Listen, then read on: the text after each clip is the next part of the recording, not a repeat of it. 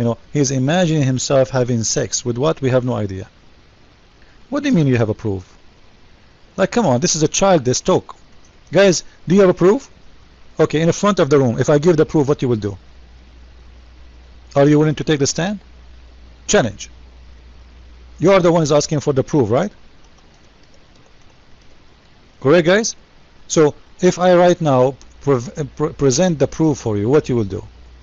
I want to see how serious you are. Are you a child? Are you a man?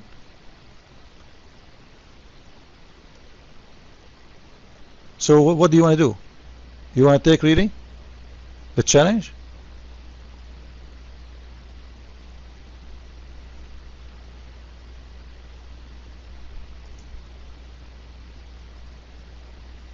I am a joke, you know. So what you are saying when a Muslim guys say, do you have a proof? It's mean that this is impossible, right?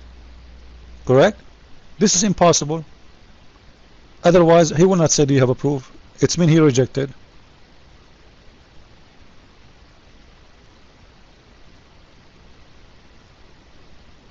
So if I show you the proof, what you will do?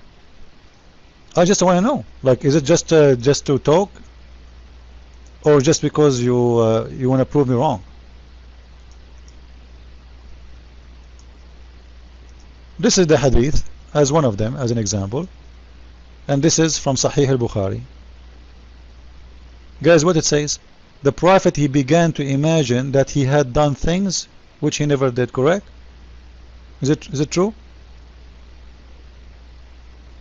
The Prophet, he imagined that he did things he never did.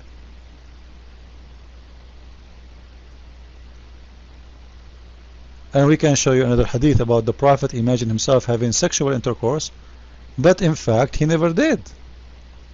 So what do you want to say to us? Who is the one in crack? Is that a crack? Seriously. You know that there's nothing, it's called bewitched. What bewitched? And how you can bewitch a prophet?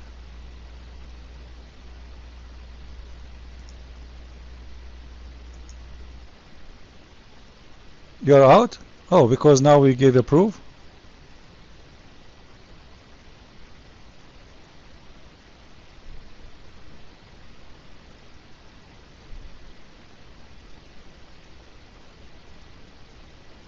Just because we know we give the proof.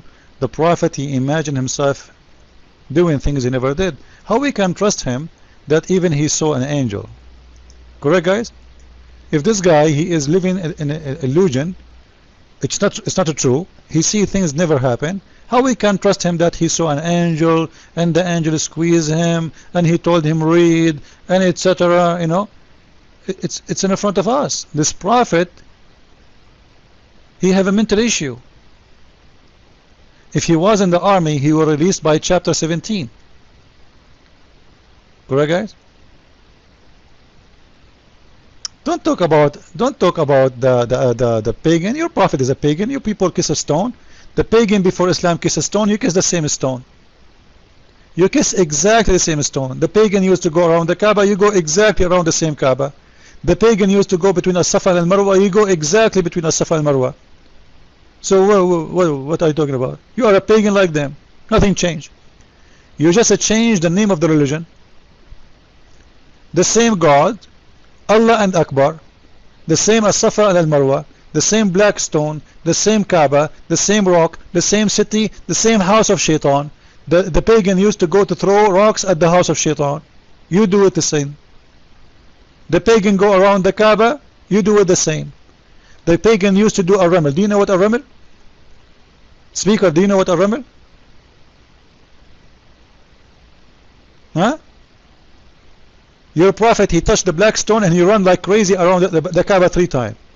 This is exactly what the pagans do. I can show you a hadith where Umar ibn Khattab, he said, the prophet used to do to be a hypocrite to the pagans doing a ramel. And right now the Muslims, they do a ramel.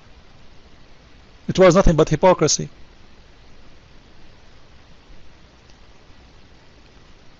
Imagine they kiss a stone. They go around the stone.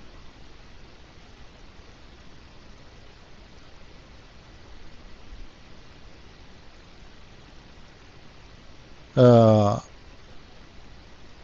they bow down to a stone, and then they talk about pagans.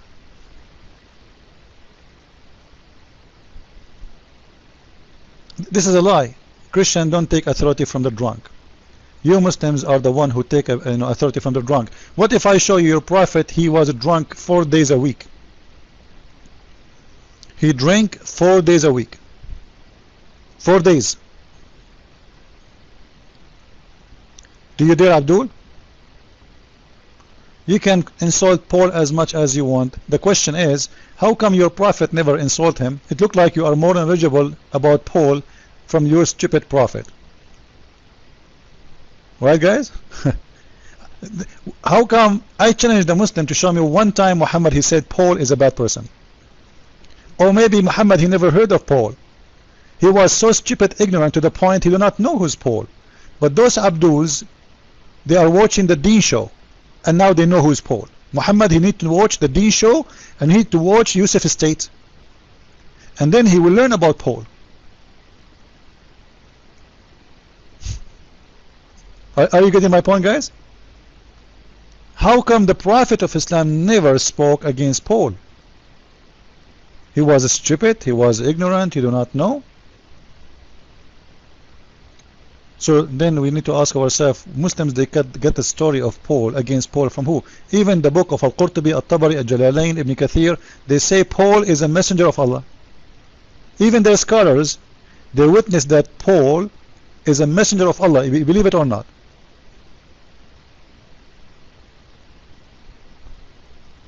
Paul and Shamun, which means Simon, and Yohanna, which means John.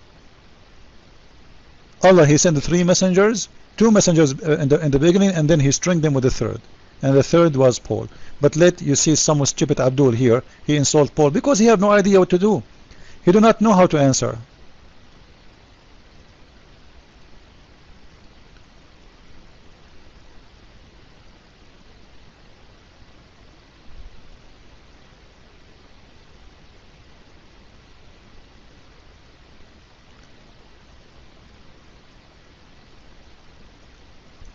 Any Abdul?